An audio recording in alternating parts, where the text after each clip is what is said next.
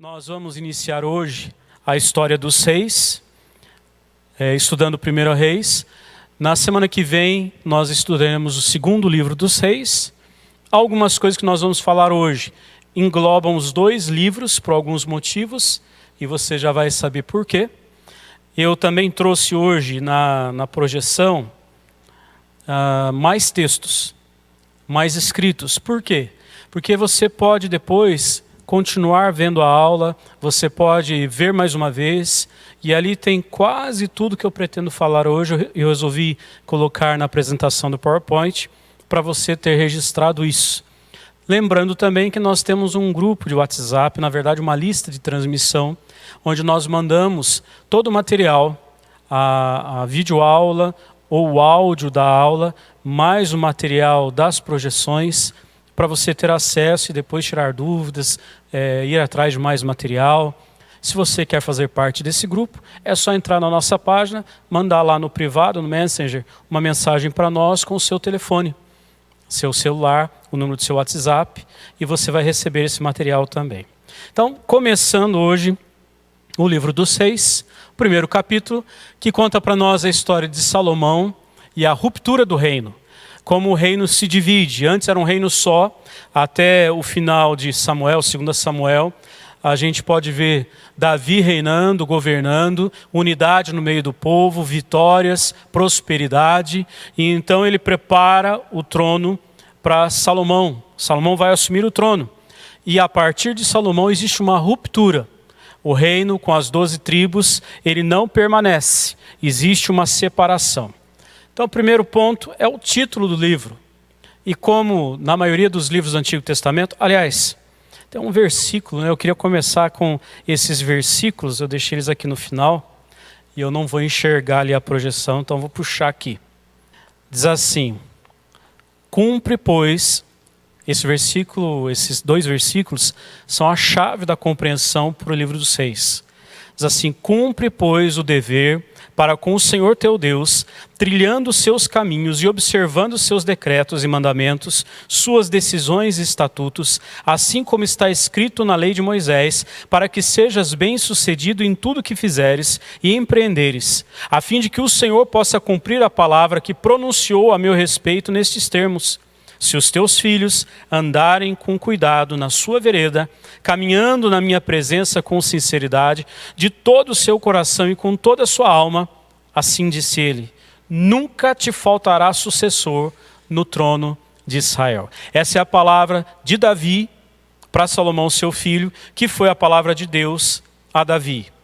Ande nos meus caminhos, seja fiel à minha palavra, aos meus mandamentos, e não vai te faltar sucessor.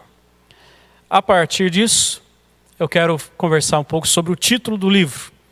Esse nome foi dado, o livro de Reis, foi dado a esses dois livros, 1º e 2º Reis, devido às primeiras palavras que estão contidas no primeiro livro, que é o nosso de hoje, que é o seguinte, em hebraico, é sendo rei. E aí reis, porque exatamente eles contam a história dos reis de Israel, depois dos reis de Israel e Judá, as tribos divididas, o reino dividido, eles tratam do domínio dos reis e dos reinos, o de Israel e o de Judá. Os hebreus, eles consideravam esses dois livros como sendo um só. 1º e 2º Reis foi dividido posteriormente para ficar mais fácil de compilar, de copiar.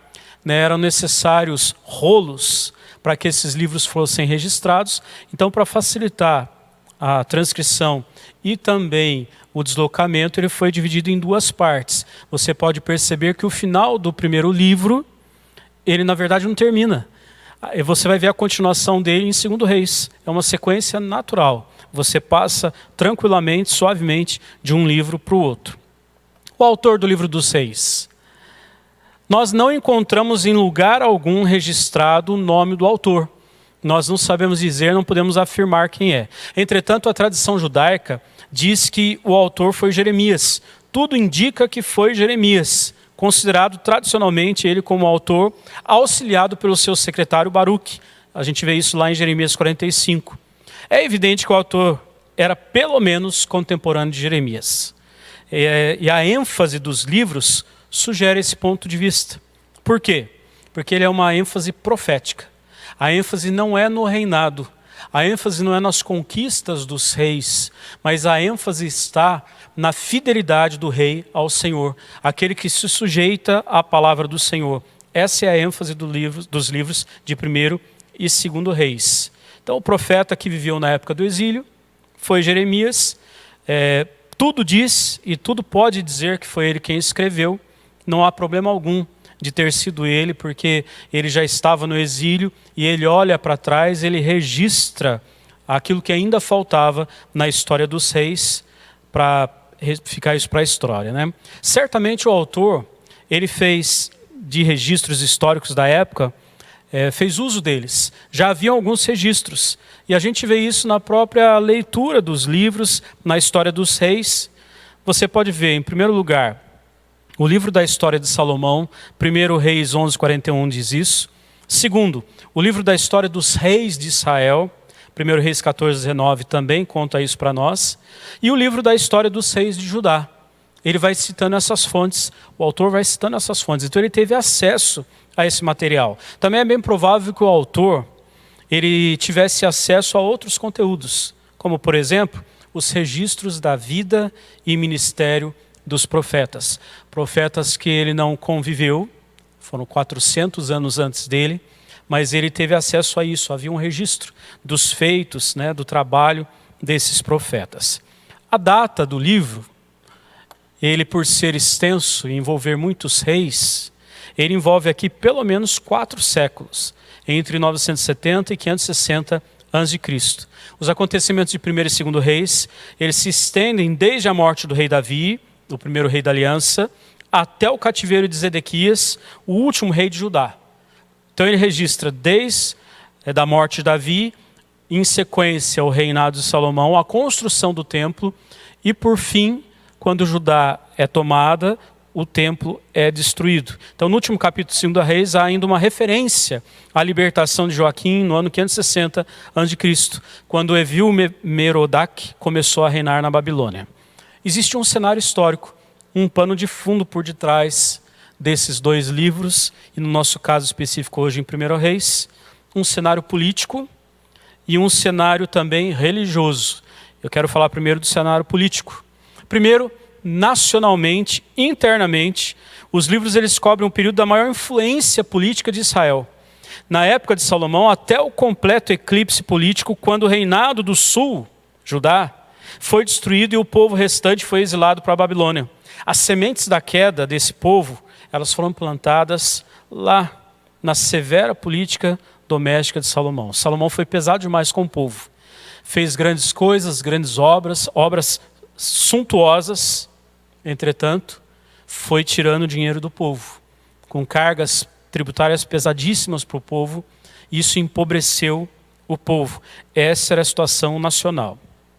Internacionalmente, a questão era outra. Não havia grande império mundial naquele tempo, que exercia uma influência grande, pesada, ou mostrando proeminência no cenário mundial, no começo do período. Entretanto, em conexão com o estado espiritual de Israel, os impérios começaram a demonstrar poder e proeminência. Israel começou a decair, então outros começaram a se juntar, outros reis, outros reinos começaram a mostrar sua força e começaram a ter proeminência, por causa da condição espiritual de Israel. Eles caem espiritualmente, se afastam de Deus, com isso também eles começam a se deteriorar. Eles se enfraquecem também politicamente, também na força, nas suas ações. O cenário religioso, eu já introduzi ele um pouquinho, mas nós vamos falar um pouco mais. A construção do templo de Salomão, no começo do período, ele constitui o ponto máximo da história religiosa de Israel. Foi o ápice, o cume da história de Israel. Salomão também instituiu um sistema de adoração altamente organizado.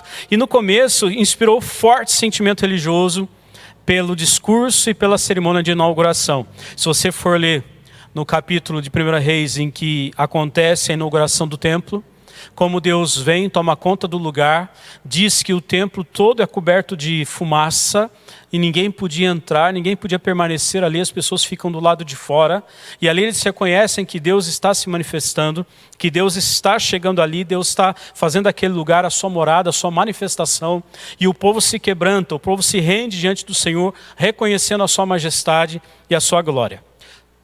Mas o bom começo não durou muito tempo. E a idolatria começou a tomar conta da nação a ponto de inundar a nação, levada pelas práticas que Salomão adotou, de tentar conciliar falsos deuses por causa das esposas que ele tomou. Ele foi casando com mulheres de outros povos, e essas mulheres vieram trazendo os seus falsos deuses. Então, logo após a divisão do reino, Jeroboão foi o primeiro rei de Israel, depois da divisão. Ele introduziu a adoração ao bezerro do reino do norte. Nos 2 altares de Betel e Dan, ele cria uma estratégia para se proteger. Ele cria 2 altares, 2 falsos deuses, que representavam o verdadeiro Deus. Essa era a ideia dele. Nós vamos criar 2 altares, 2 imagens, e assim o povo aqui do norte de Israel não precisa ir até Jerusalém para adorar. Fica aqui mesmo. E aí ele foi acrescentando algumas coisas. Por fim, quando chega a vez do rei Acabe e Jezabel, eles não só colocam ali imagens, mas eles acabam adotando outros deuses, falsos deuses como deuses da nação, no caso de Baal. Eles queriam que Baal fosse o Deus da nação. Eles abandonaram o Deus por completo e assumiram um falso Deus. Segundo ponto importante é a fraqueza religiosa desse povo nesse período. Ela pode ser vista no caráter dos diversos reis de cada reino. Tanto de Judá quanto de Israel, o caráter deles revelava a fraqueza religiosa. Depois de Salomão, Judá teve 19 reis e uma rainha. Só 8 desses todos foram justos, de acordo com o padrão divino. Andaram conforme Deus havia prescrito, do jeito que Deus queria. Já o reino de Israel, o reino do norte, teve 19 reis, mas todos eles fizeram o que era mal perante o Senhor. Você vai ler isso nas Escrituras, em 1 Reis, vai falar, ele fez o que era mal perante o Senhor. Não andou como o Senhor queria. Então, dessa forma, a herança religiosa de Abraão, de Moisés e de Davi, ela foi muito mais lembrada do que aquele momento que eles viviam de reino, de coisas reais, relativas ao reino. Eles lembravam muito mais, e o livro destaca muito mais a herança religiosa, muito mais do que a herança governamental.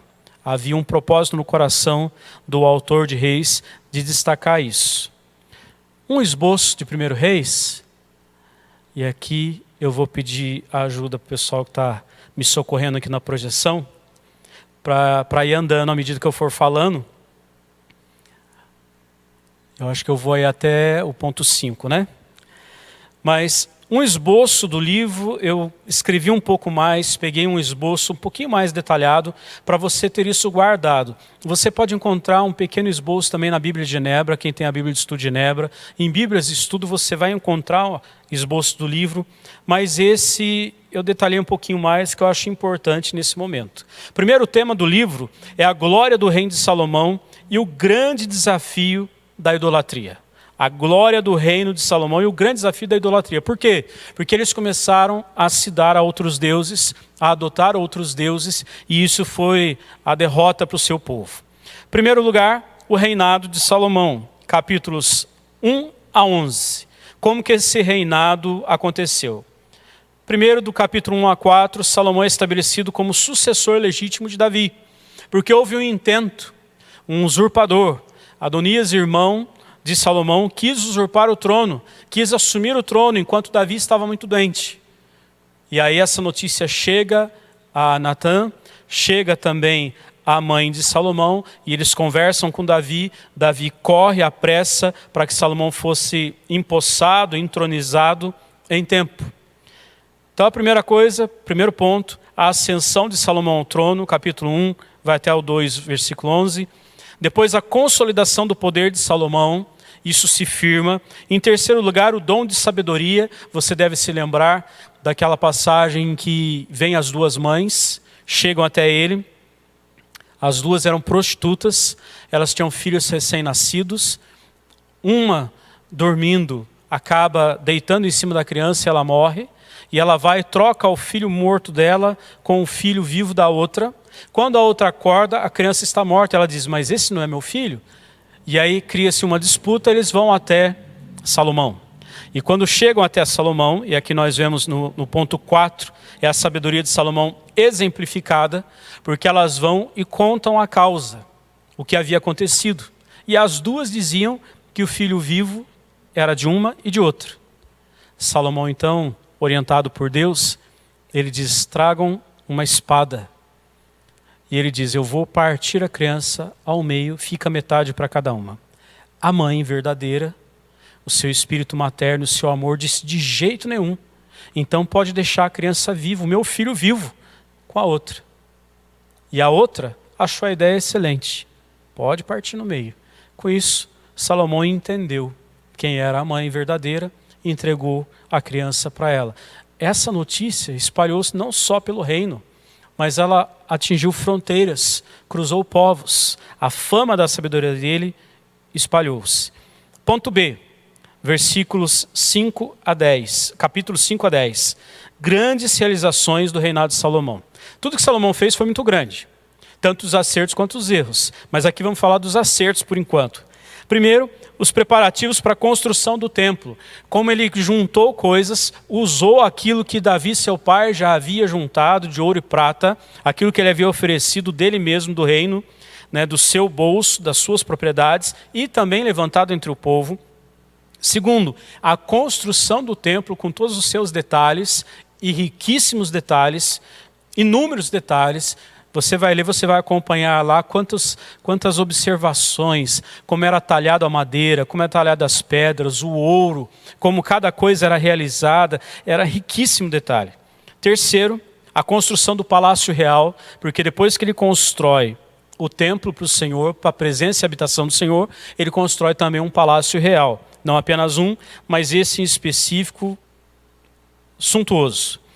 Quarto ponto, o templo é equipado. Agora começam as peças do templo. Aquilo que vai ter dentro do templo. Não sei se você sabe, se lembra, mas o templo era todo revestido de ouro por dentro. Todo revestido de ouro. Todas as paredes revestidas de ouro. Quinto ponto, a oração e dedicação do templo de Salomão. Capítulo 8, como eu já disse, foi um ponto muito marcante também. Quando ele vai orar, ele se quebranta diante do Senhor, clama ação, misericórdia e Deus age. Sétimo ponto aí, Salomão e toda a sua glória, porque a sua glória tornou-se conhecida. Espalhou.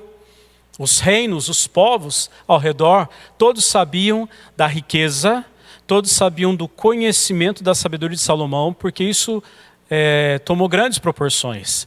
Uma rainha de Sabá, vai atrás de Salomão, marca uma consulta, leva presentes, riquíssimos presentes, e ela também vai embora ganhando dele riquíssimos presentes, e ela vê com os olhos dela tudo aquilo, e ela fala, olha, é muito maior do que eu tinha ouvido. A riqueza e a sabedoria são muito maiores do que a fama que tinha chegado até mim. E ela vai embora de boca aberta com tudo aquilo. Letra C, dentro do reinado de Salomão, o declínio político e espiritual de Salomão no capítulo 11. Ele começa a cair espiritualmente e, consequentemente, politicamente também. Primeiro, os pecados de Salomão. Capítulo 11, versículo 1 até o 13, vai contando para nós os pecados que Salomão cometeu, aonde ele falhou, aonde ele errou e por que Deus pesou a mão sobre ele. Ponto 2, castigos contra Salomão. A mão de Deus pesa e ele sofre o dano. Ponto 3, a ascensão de Jeroboão. Jeroboão, ele é usado por Deus para castigar Salomão e trazer uma nova esperança para o seu povo. Então ele é aquele usado por Deus para dividir o reino. Ele vai ficar com 10 tribos, as tribos do norte. Segundo ponto, grande destaque no livro de 1 Reis, é o reino dividido em sua fase inicial, logo no início, capítulos 12 a 16. Primeiro ponto, Ponto A secessão das tribos do norte. Como que a coisa é feita, como que é dividido, vai uma turma para um lado, outra turma para o outro. Ponto B, Jeroboão I, ele vai reinar em Israel. Capítulo 12, 25 até o 14, 20. E o primeiro ponto disso são os bezerros de ouro que ele constrói, como eu já disse, na tentativa de impedir que o povo do norte suba até o sul, até Judá, até Jerusalém, para cultuar. Então ele cria lá os bezerros de ouro para representarem a Deus. Ponto 2, 2 Profetas, capítulo 13. Esse é um capítulo que você tem que ler com cuidado. Você tem que prestar atenção. Leia e releia para você conhecer a história de 2 profetas. Um que é usado por Deus para ir repreender Jeroboão, faz exatamente o que Deus diz, mas na volta para casa, ele se deixa levar por um outro profeta que era de Deus, mas que conta uma mentira. Esse primeiro cai na mentira. E por causa disso, ele morre. Do jeito que Deus havia avisado. Terceiro ponto aqui, no ponto B. Decretada a condenação de Jeroboão, capítulo 14. Deus dá a sentença para ele. Daí nós começamos um ciclo, a partir da letra C em diante aqui, de reis que tiveram passagens rápidas e tem pouca descrição da vida deles. Primeiro, Roboão de Judá, capítulo 14, 21 a 31. Depois, Abias, também de Judá, capítulo 15. Asa de Judá, capítulo 15. Aí você vai para Nadab de Israel. Você tem Baasa de Israel, Elá de Israel, Zinri de Israel, Onri de Israel, Acabe de Israel. Interessante isso. O autor, ele tem a preocupação de organizar a descrição de cada rei conforme a data, cronologicamente. Então você vai lendo e você percebe que em alguns capítulos tem a sucessão em Israel, em outros capítulos a sucessão em Judá, e de vez em quando intercala entre um e outro. Já já eu vou mostrar aqui um gráficozinho, um painelzinho, que dá a separação de datas de um para o outro. Letra 3, ponto 3, os profetas e reis, quando começa a atuação forte e marcante dos profetas, a partir do capítulo 17 de 1 Reis, isso vai até o segundo livro de Reis, capítulo 8. Letra A, os profetas e Acabe, versículo 17, 1 até 22, 40. Primeiro deles, Elias, o tesbita. E esse tem uma história linda, marcante, alguém que eu gosto demais, gosto muito das histórias de Elias. Ponto 2, Elias contra os profetas cananeus. No terceiro, a revelação a Elias no Monte Horebe, como Deus se manifesta ali, como Deus manda fogo do céu para consumir todo o altar que ele havia oferecido. Ele desafia os falsos profetas, aliás, os verdadeiros profetas do falso Deus, né? E ele desafia esses profetas e ele clama a Deus, Deus manda fogo e consome todo o altar, toda a lenha, todas as pedras, toda a água que ele tinha mandado colocar em volta. Tudo isso, Deus manifesta ali o seu poder, a sua graça e a sua glória para Elias. Número 4, a má conduta de Acabe na guerra santa. Acabe, o rei de Israel, aquele que Deus mandou Elias exatamente para confrontar Acabe, as ações de Acabe. Quinto, Acabe e Jezabel, eles apoderam-se da vinha de Nabote. Essa é uma história interessante. Acabe parece ser um homem totalmente dominado pela sua mulher. Aliás, a Bíblia deixa isso claro para nós, né? Não parece, não é verdade. E era alguém assim muito sentimental. Alguém que, se fosse hoje, talvez de muito mimimi. Alguém que tinha suas vontades e quando as suas vontades não aconteciam, ele ia para casa e chorava sendo rei. Chorava, ficava lá, não queria comer, fazia manha, fazia birra. E Jezabel, que era a cabeça forte na casa, chegava e perguntava o que estava acontecendo. E ele dizia, ela falava, pode deixar que eu vou resolver. Essa foi uma história dessa, um caso desse, em que ele quis comprar a vinha de Nabote, porque ficava ao lado da casa de verão dele, e Nabote disse que não podia vender, por um simples motivo, era uma ordem da lei. Era herança, ele tinha recebido aquela terra por herança. E toda a terra por herança não poderia ser vendida em Israel. E Nabote diz isso para o rei. O rei vai embora injuriado. E aí a rainha Jezabel fica sabendo disso. E ela fala, pode deixar que eu vou resolver. Ela convoca as autoridades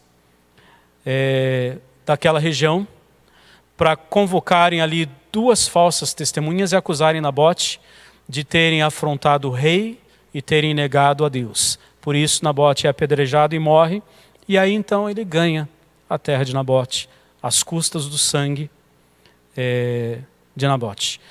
6º ponto, o julgamento de Micaías contra Acabe. Um outro profeta entra em ação e traz o julgamento de Deus contra Acabe. Letra B, dentro dos profetas e reis. Agora nós chegamos em Josafá, de Judá, que foi um bom rei, teve seus acertos. E Acasias de Israel, filho de Acabe. Ele reina no lugar de Acabe e Elias também o desafia. Elias também fala a verdade para ele. Elias expõe aquilo que Deus havia dito a ele. O reinado de Acasias dura muito pouco. Agora um quadrinho para você ter aí e nos acompanhar sobre o período de reinado de cada rei. E eu coloquei aí uma mãozinha vermelha para baixo, negativamente, e uma mãozinha para cima, verde, positivamente, daqueles reis que foram bons e aqueles reis que foram maus. Você pode acompanhar aí que os reis de Israel, do norte, nenhum agiu bem, agiu corretamente. Já em Judá, depois quando a gente for estudar 2 Reis, haverão outros que andaram corretamente diante do Senhor. Mas aqui só Asa e Josafá andaram corretamente.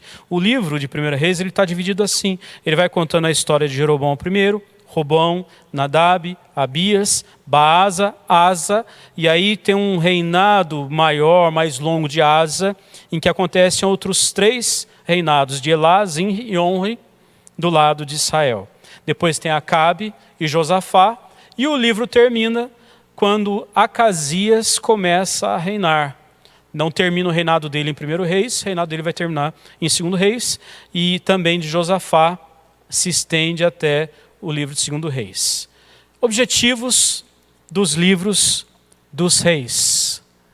Alguns objetivos aqui, eles estão tanto para 1 Reis quanto para 2 Reis. Os livros têm objetivos claros. O primeiro objetivo é literário, o segundo é religioso. 2 objetivos que estão em destaque nesses livros. Primeiro, o objetivo literário. A intenção do autor era completar a história do reinado de Davi, que tem início nos livros de Samuel, escritos 400 anos antes, aproximadamente. Como o segundo livro de Samuel, ele termina com Davi comprando o local do templo, 1 Reis começa com Salomão preparando a construção do templo. Ele assume o trono, assume o reinado e ele vai preparar a construção do templo. E 2 Reis continua a história até a destruição do templo. Então é um ciclo completo, terminando assim todo esse período, né, da construção do templo até a destruição dele. O segundo objetivo do livro, ele é religioso. E é aqui que tem os maiores destaques, nesse objetivo religioso. Uma observação interessante, alguns reis, eles cresceram. Por exemplo, no Reino do Norte, nós temos ali o exemplo de Onri, o pai de Acabe, que ele teve muitas conquistas. Ele teve um reino próspero. O país cresceu, o seu reino cresceu, se desenvolveu, ficou conhecido. Existem literaturas que registram em outros povos a fama de Onri. É um rei que foi famoso no seu tempo pelo aquilo que ele construiu politicamente, por aquilo que ele conquistou, né, nas suas batalhas. Mas quando você vai ler em 1 Reis, tem poucas linhas usadas para contar a história dele. Por quê? Exatamente porque, na visão do autor, e aquilo que ele queria passar para o povo no exílio, era uma visão religiosa, uma visão espiritual. Era uma busca espiritual. O ensino era espiritual e não governamental. A ideia era passar a lição de que quando nós nos aproximamos de Deus, nós recebemos as bênçãos como cumprimento da promessa do Senhor. Mas quando nós nos afastamos dele, nós também recebemos a punição como cumprimento da promessa do Senhor. Ele deixa claro que aqueles que vivem com ele recebem as bênçãos, e aqueles que se afastam dele recebem a paga, a punição pelo seu afastamento. O objetivo religioso aqui é relacionar a história à observância da aliança. Havia sido feita uma aliança com Davi, e toda a história precisava ser vista a partir daí. O autor procura enfatizar para a nação que marchava para o cativeiro em 586 a.C., a conexão inseparável entre obediência e bênção, e entre desobediência e maldição.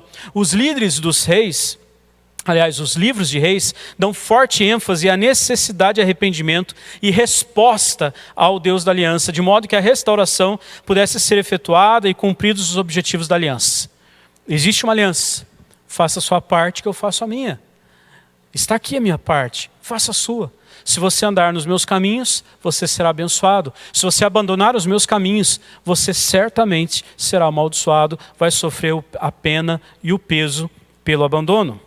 Algumas informações importantes no livro dos Reis. Eu separei aqui 6 pontos de coisas importantes no livro dos Reis, que a gente pode pincelar no primeiro livro dos Reis.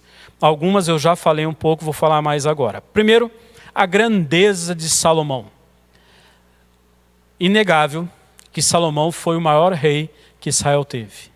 Como eu já disse, tudo que ele fez foi muito grande, tanto as conquistas como também as derrotas. A sua queda também foi grande, porque ele construiu grandes coisas, edificou um reino muito forte, muito poderoso, viveu um período de grande paz, extrema paz no seu governo. Mas Deus providenciou depois a perseguição por causa da sua infidelidade. A preeminência de Salomão, ela consistiu na sua sabedoria. O destaque foi a partir da sabedoria. Foi uma coisa que ele pediu a Deus, e Deus disse que daria, porque ele pediu a coisa certa. Ele não pediu reinos, ele não pediu força, ele não pediu riqueza, ele não pediu vitória sobre os inimigos, ele pediu sabedoria. E Deus disse, já que você pediu sabedoria, eu te darei sabedoria, mas eu também te darei riqueza, fama, vitória sobre os inimigos. Por isso Deus traz paz para o governo dele. Ele constrói o templo, uma coisa enorme, um reinado de paz, de esplendor. A sua sabedoria, ela pode ser constatada, nós temos acesso, ao livro de Provérbios, ao livro de Eclesiastes e Cantares. O seu templo foi uma obra de arte e esplendor sem precedentes no mundo antigo. Ninguém tinha feito nada parecido, e depois ninguém fez mais nada parecido com aquilo. Trouxe um reinado de paz, de glória, trouxe aplausos do mundo todo, e essa grandeza retrata as bênçãos que Deus havia prometido a Davi. Aquilo que Deus havia prometido a Davi alcança Salomão por causa da sua obediência, enquanto ele estava obediente. Esse é o princípio que Deus dá para Davi, passa para Salomão e vem até nós de uma certa forma. Isso revela a intenção do Senhor para com o seu povo. Se ele seguisse a liderança do Senhor, o povo seria abençoado. Salomão, todavia, ele deixou de praticar o que proclamou. Ele ensinou, ele escreveu, registrou isso, mas ele abandonou o princípio de vida, por isso ele sofreu dano. Segundo ponto interessante aqui a ser destacado é sobre o templo. O templo de ouro de Salomão está no capítulo 5 até o capítulo 8. Essa foi a contribuição de Israel para as 7 maravilhas do mundo antigo. Quanto ao material da obra, como foi feito cada coisa, você pode acompanhar no livro. O templo, ele ultrapassou tudo que havia naquela época. Depois, alguns templos foram maiores que o templo de Salomão, como por exemplo o de Zorobabel e o de Herodes. Mas não se compara a suntuosidade, a riqueza, a riqueza de detalhes no templo de Salomão, como ele construiu, como cada coisa foi feita. Quando você vai ler, você percebe que a primeira obra de pré-moldado foi o templo de Salomão. Porque as pedras já vinham todas trabalhadas sob medida. Não foi usado martelo para quebrar nada. Não foi usado material algum para trabalhar a ferragem no templo. Eles vieram todos prontos e foram apenas sendo encaixados. Espetacular. espetacular. As madeiras, a maneira como Salomão ele se associa ao rei de Tiro, torna-se amigo e tem acesso às madeiras, tem acesso a gente que trabalha com bronze para produzir as peças todas com riquíssimos detalhes, como ele orientou, orientado por Deus, vindo da parte de Deus. Tudo isso fala da suntuosidade do templo, da construção. Tem um estudo, alguns arquitetos, um grupo de arquitetos americanos de Illinois, há cerca de 20, 30 anos atrás, eles fizeram uma estimativa, calculando a quantidade de ouro que foi usado. Naquele tempo, só para você ter uma ideia, eu tentei atualizar essa informação, não consegui achar. Mas cada 28 gramas de ouro era vendido a $35. Eu sei que é muito mais do que isso hoje. Nessa conta, o templo teria ficado em 85 bilhões de dólares. Só de ouro. Imagina quanto seria hoje. Acho que os sheiks árabes, eles perderam de longe para Salomão. Salomão ele construiu uma obra completamente fora do padrão. O santuário, bem como as pedras e o assoalho, todos eram cobertos de ouro puro. As plantas e a estrutura foram traçadas segundo a orientação do próprio Deus. O ouro e a prata eles vieram, na sua maioria, de uma arrecadação feita por Davi, como eu já disse, está lá em 1 Crônicas registrado. Agora uma pergunta interessantíssima, eu coloquei ela aí. Por que a casa de Deus seria tão suntuosa quando grande parte do povo era pobre?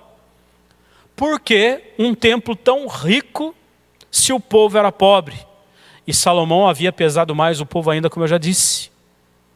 A resposta é porque o templo devia refletir a glória e a grandeza do Deus de Israel e simbolizar essa glória para as nações. Essa era a ideia, que a partir do templo, já que Deus havia prometido que se manifestaria ali, a partir do templo, que todas as nações conhecessem a glória do Senhor a partir do templo. Terceiro destaque aqui é o reino dividido. E a gente começa com os destaques negativos. 931 a.C., está lá em 1 Reis capítulo 12.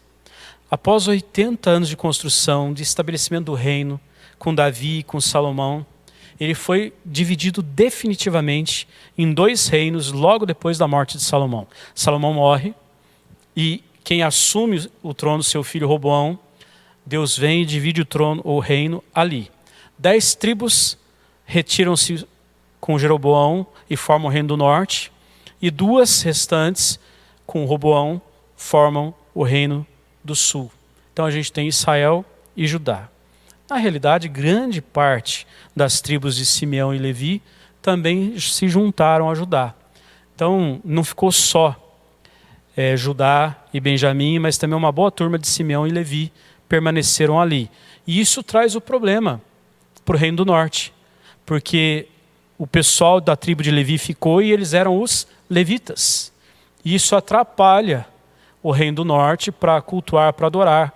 Então, Jeroboão ele precisa convocar pessoas que não são levitas contra a ordem de Deus, a orientação do Senhor, para sacrificarem, quando esse era um ofício apenas dos levitas.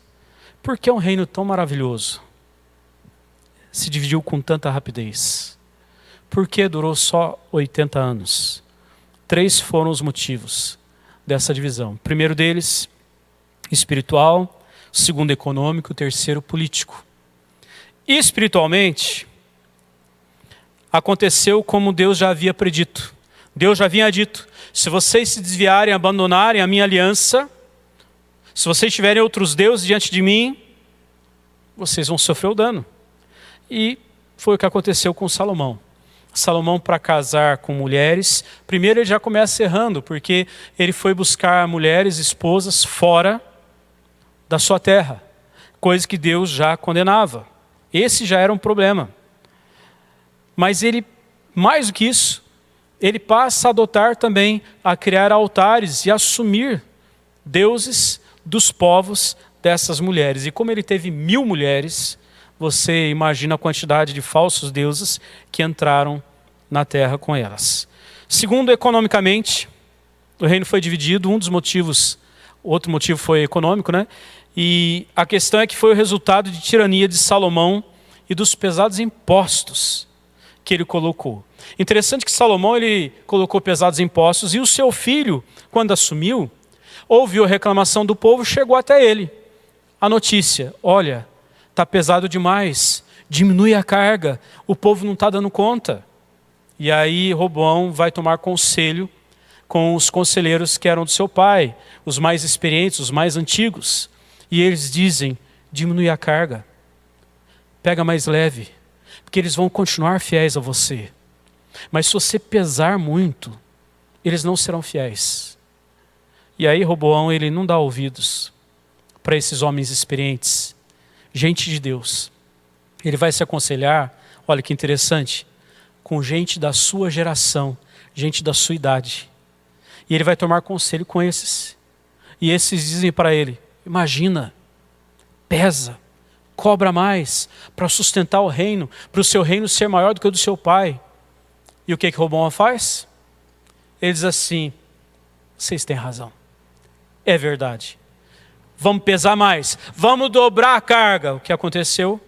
O povo disse: nós não vamos aceitar isso aí não. Isso foi um prato cheio para Jeroboão, que já estava sendo levantado, chamar a turma toda e eles então dividirem o reino. Terceiro, politicamente, havia uma antiga rivalidade entre Judá e Efraim. Eles já não se davam bem. E essa foi explorada por Jeroboão. Jeroboão explorou isso porque ele era efraimita. Ele veio de lá. Então ele instigou o povo a se levantar contra Judá. Essa tribo ela relutou muitas vezes a se sujeitar, se inclinar à liderança de Judá. Pertenciam à tribo de Efraim Josué, que eles conheciam a história, e José, dois grandes líderes do povo israelita. Isso foi um prato feito para Jeroboão. Motivos espirituais, econômicos e políticos. Quarto destaque que eu faço no livro é o sistema de culto aos bezerros em Israel. Eu já falei um pouquinho, vou destrinchar um pouco mais. 1 Reis 12, 25 e seguintes. Essa instituição ela foi um expediente que Jeroboão usou, expediente político, para evitar que o povo descesse até Jerusalém, até o templo em Jerusalém. Vai que eles ficassem por lá, vai que eles dissessem: puxa, mas aqui é o nosso lugar, né? Vamos voltar para cá. Então ele toma essa atitude para se prevenir.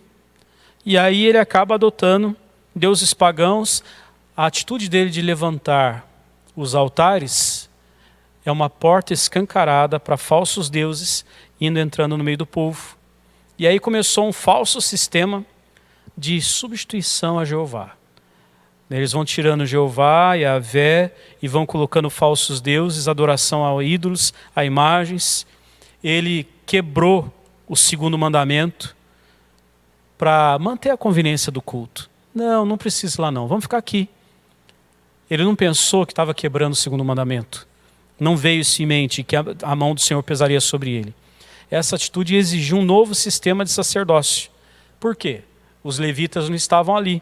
Então, teve que chamar o laicado, o povo laico, para fazer os sacrifícios, as ofertas, as oferendas, coisa que Deus também já havia condenado. E esse foi o pecado de Jeroboão. Interessante que esse pecado condenou todos os futuros reis do Reino do Norte. Todos os futuros reis sofreram dano por causa desse erro, desse pecado, porque isso dominou todo o Reino do Norte, todo Israel. Quinto destaque, o culto a Baal, já em Acabe e Jezabel.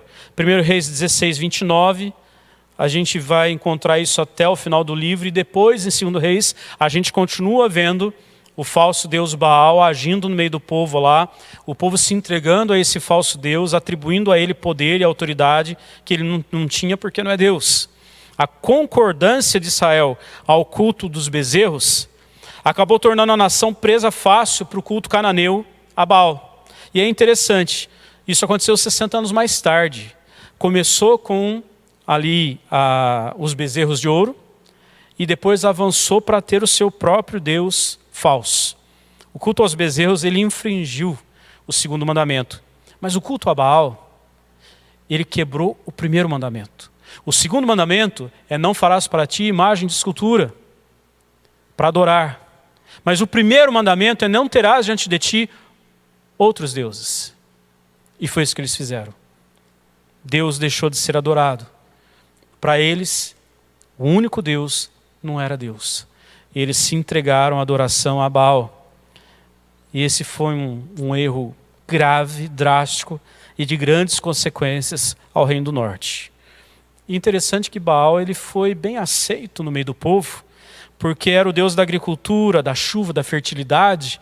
Então o povo de Israel, ouvindo aquilo, o Reino do Norte, eles acharam muito bom aquilo. Uma boa coisa.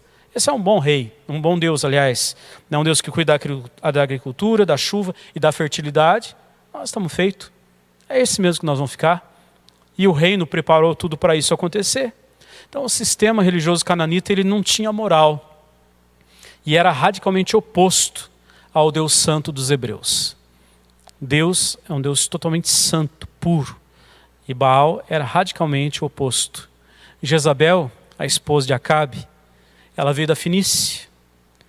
Ela foi quem instigou essa religião em Israel. E ela contratou 850 profetas de Baal e Azerá para trabalharem para ela. O culto a Baal ele constituiu um desafio a Jeová. Veja que quando você lê 1 Reis 19, Elias ele vai até a terra deles, no Deus em que eles estavam adorando, e ele faz um desafio no Monte Carmelo, 1 Reis 19, exatamente desafiando com Deus, Jeová, o único e verdadeiro Deus. E reúne todos os falsos profetas ali, os profetas de Baal, para guerrearem. E aí a gente chega no último ponto que eu destaquei, Elias, o profeta dos milagres. Essa verdade também é para Eliseu, já em 2 Reis. Mas eu vou falar só de Elias aqui, em 1 Reis 17. Ele aparece em Israel com seus miraculosos poderes, de repente. Interessante que você abre lá em 1 Reis 17, diz Elias, o tesbita. A cidade dele, pouco tempo depois, já não era conhecida. Ninguém sabe dizer onde ficava, qual era essa cidade, não existe registro dessa cidade. Não existe registro do nome dos seus pais. Não tem um registro anterior, como foi o seu chamamento, como Deus chegou até ele. Não tem nada. Ele simplesmente aparece chegando para falar com o rei Acabe. É assim que começa a história de Elias. Mas ele foi instituído profeta no seu tempo. Ele vai lá e vai falar com Acabe, confrontando Acabe e Jezabel com esse culto que eles ofereciam a Baal, esse falso Deus. O único propósito de Elias era denunciar o culto a Baal e chamar a atenção para o poder maior do Deus de Israel. Olhem para Deus, Criador dos céus e da terra, Ele é o nosso Deus. Saiam, desviem, abandonem esse falso Deus. O primeiro milagre que ele faz, de fechar os céus por mais de 3 anos, foi um desafio ao poder de Baal. Por quê? Se Baal era o Deus da chuva, ele vem e diz, não vai chover. Deus, o Deus, está mandando dizer que não vai chover. E ele sai, e realmente não chove. Se cumpre a palavra, por 3 anos e meio não chove sobre a terra. A seca toma conta, fome. É uma coisa terrível, o povo sofrendo demais. E o rei Acabe caçou Elias. Procurou em tudo quanto era lugar, em tudo quanto era vilarejo. Mas Elias foi para onde Deus mandou. Vai se esconder na torrente de Querite, numa nascente, no rio. Vai lá, fica lá. E Deus mandou que corvos o alimentassem. Levavam pão e carne para ele, todos os dias. Eu gosto de brincar nesse texto, que os garçons não eram os melhores, né? Mas era o que tinha, e foi o jeito que Deus usou para alimentar Elias, e ele não questionou. Tinha água, tinha carne e tinha pão. Elias ele veio a Israel do norte, quando a nação estava a ponto de adotar a própria idolatria. Quando já ia ser geral a adoração a Baal, Deus o chama e ele entra em ação. Ele foi trazido pelo Senhor a Canaã com a finalidade de destruir as práticas idólatras. Interessante que quando ele é encontrado, quando Deus manda ele voltar para chamar o rei Acabe, para desafiá-los no Monte Carmelo, ele vai e um servo do rei Acabe, que também era sacerdote, profeta do Senhor, ele encontra a Elias. E ele não acredita que era Elias, porque fazia 3 anos e meio que eles procuravam. E Elias fala assim, olha, vai e fala para Acabe me encontrar que eu vou estar aqui. E esse homem vira para ele e diz assim, eu não posso fazer isso, porque nós já te procuramos em tudo quanto é lugar. E se eu falar para ele que você está aqui, e o Espírito do Senhor te levar para outro lugar, quem morre sou eu. E Elias diz para ele que eu vou ficar aqui. Pode trazer, eu quero conversar com ele. Então, esse homem de Deus vai, avisa o rei Acabe vem, encontra com ele. Aquele sacerdote, aquele homem de Deus, disse para Elias, você não sabe que eu escondi 100 homens de Deus que não se dobraram? Coloquei 50 em cada caverna e eu dou pão e água para eles todos os dias. E eu já faço isso escondido. Imagina se o rei achar que eu estou te protegendo, acabou, aí é o fim. Mas Elias chama o rei Acabe e avisa que iria chover, manda chamar todos os profetas, os falsos profetas, e faz o desafio do capítulo 19. Elias veio para confrontar e para revelar que havia um Deus. Deus continuava sendo Deus do povo de Israel, ainda que eles tivessem aberto a porta do país e do coração para falsos deuses. Perto do fim, 2 temas teológicos que o livro apresenta para nós. Eu separei apenas 2 para essa noite. Primeiro, o culto. Esse é um tema que domina grande parte, aparece em grande parte do Antigo Testamento. Ele gira em torno desse tema, um culto mosaico, e do lugar onde ele era realizado, como devia ser feito e onde ele devia ser feito. A própria nação de Israel só ganhou esse status de nação quando o tabernáculo ele foi inaugurado. E a presença de Yahvé tomou conta, de uma forma visível do seu povo. Quando o templo foi construído, Israel partiu de uma premissa básica, a de que o templo não poderia conter ou limitar Yahvé, que era universal e onipresente. O templo era o local da sua manifestação em glória, beleza, santidade, justiça, majestade, onde o desfavorecido e explorado ele podia buscar ajuda. O templo era para isso. Aí nós vemos isso no fato do estrangeiro poder orar a Deus. O estrangeiro ele podia invocar o Senhor caso ele tivesse se identificado com o povo de Deus. Ele podia invocar esse Deus. E também no fato de que a oração de Israel no exílio seria ouvida se ela fosse dirigida em direção ao templo. Interessante isso, né? A glória está ali, Deus se manifesta ali. Mas se você estiver exilado e orar na direção do templo, Deus vai ouvir a sua oração. Essa prática, ela ainda é feita pelos islâmicos. A mentalidade islâmica ainda acredita nisso, age dessa forma.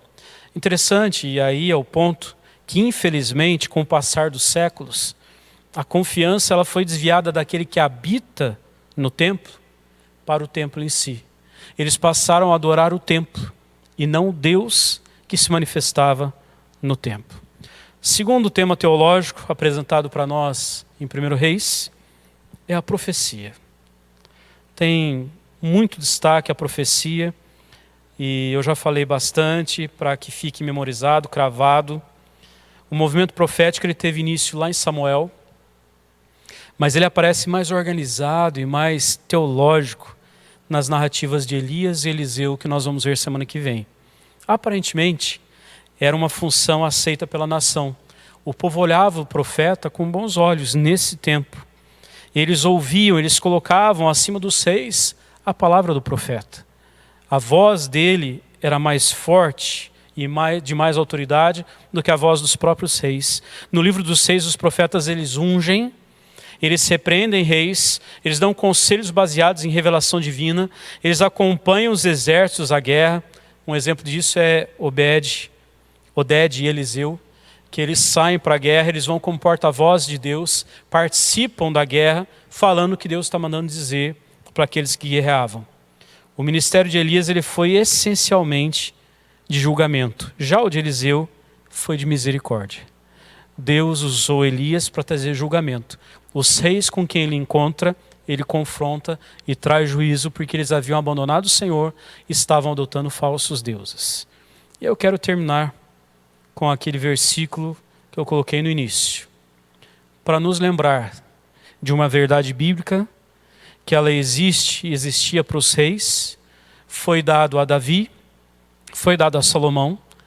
Davi não compreendeu tudo que Deus disse, a sua abrangência, a sua extensão, porque aquilo que Deus fala diz respeito ao Senhor Jesus. O reino continua.